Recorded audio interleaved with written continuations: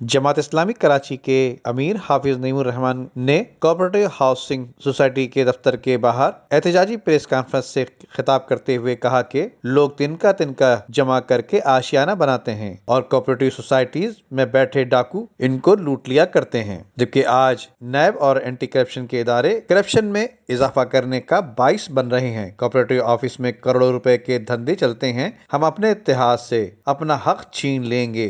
गुज़िश्ता 30 साल से कराची की बर्बादी के साल साबित हुए हैं। जिन लोगों को इस शहर ने वोट दिए थे, उन्हीं लोगों ने इस शहर को लूट लिया।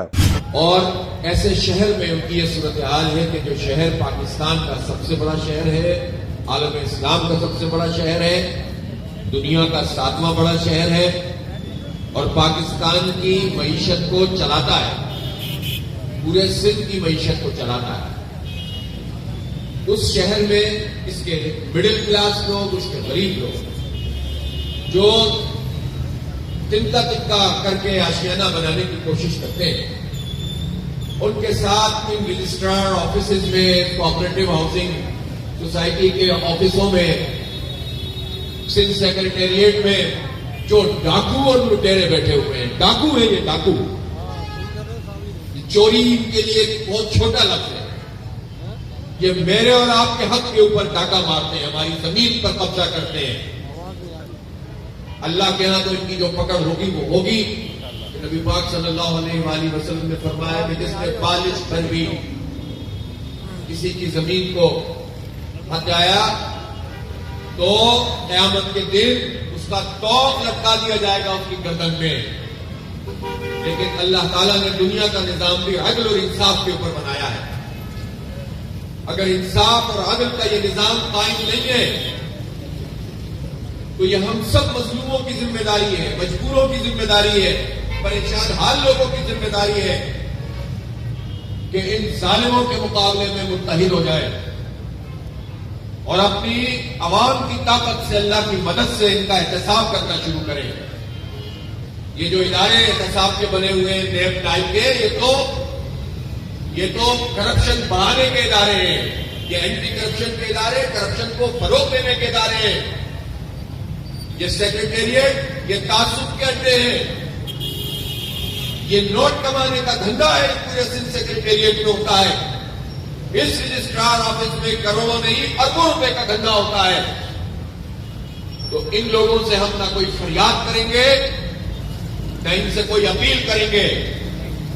अब हम अवाम के इत्तेहाद के साथ, इन तमाम मुतासिरा लोगों के इत्तेहाद के साथ अपना हक इनसे इंशाअल्लाह छीन कर लेंगे। और आप आज नुमाइंदगी कर रहे हैं यहां पर सड़क के ऊपर, इंशाअल्लाह आपके तवज्जुह से अब जो बड़ा प्रोग्राम होगा, वो धरना होगा, उससे इन लोगों को पता चल जाएगा कि अल्लाह ताला ने मजलूमों के अंदर कितनी ताकत रखी है। उन्होंने हमारी पीठ पे छुरा घोंपा, हमें तकसीम तो कर दिया लेकिन हमें कोई हक नहीं दिया। और हमारा शहर आप देख लीजिए, सड़कें, इसकी जरा सी बारिश हुई है और पूरा सड़क, पूरा शहर जो है इस वक्त खंडर का मंजर पेश करना शुरू हो गया है। सीवरेज का पानी इस वक्त सड़कों पर मौजूद है। बारिश हुई कितनी है और कितनी बारिश इतने बड़े स्पेन में बूंदा बूंदा करके हुई है। और आगे देखिए कि इस वक्त क्या सूरत हाल है। ये 35-30 साल का जो बैकलॉग है, इसने हमें दबाव बर्बाद करके रख दिया। और आज इन वडेरों और जागीरदारों को जो सिंध असेंबली के अंदर विराजमान है, ये वो वडेरे और जागीरदार हैं जो मकामी सिंधियों का, आर्यों का, बलोचों का इस्तेहसाल करके ताकत के बलबूते पर जबरदस्ती की अक्सरियत हासिल करना होगा।